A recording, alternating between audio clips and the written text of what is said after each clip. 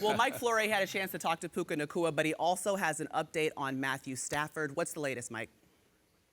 Well, Stafford does have that hip injury. He said after the game he plans to play next week at home against the Eagles, but that's probably what he would say. Whatever the injury was, we'll have to see whether or not he can actually do it. And Puka Nacua told me he takes responsibility for the injury because on that play, he lined up too far to the outside. It created a gap for the Colts defender to come through, hit Stafford, and cause the injury. But that's really the only negative for Nacua through 4 weeks. You heard the numbers from Coach Garrett. More catches than any rookie in NFL history through 4 games, more yards as well. And this guy was a 5th-round pick.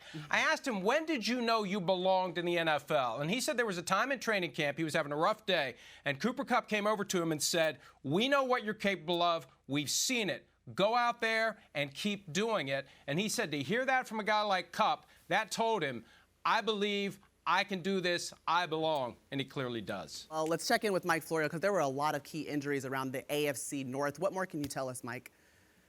Yeah, absolutely. Receiver T. Higgins of the Cincinnati Bengals has a fractured rib, so he will be missing some time. You saw the knee injury for Steelers quarterback Kenny Pickett.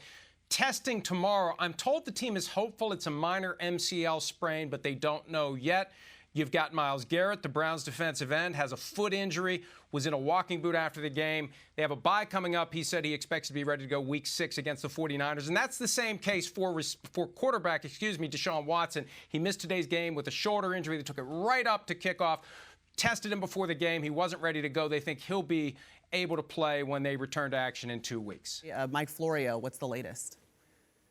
Well, the official word from the team, Maria, is that White is being evaluated for an Achilles injury. We expect some sort of official confirmation tomorrow, but it did not look good. Also, Patriots linebacker Matthew Judon left today's game against the Cowboys with what the team calls an elbow injury, but the concern is the biceps muscle and tendon. We'll await more word on that. And finally, there was some concern about Cowboys pass rusher Micah Parsons. He was out for a few plays. There was never an official injury announcement, so he's fine, but there were some Cowboys fans worried for a little bit, but he is fine.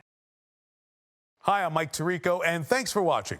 Make sure to hit subscribe for the latest news and highlights from NBC Sports.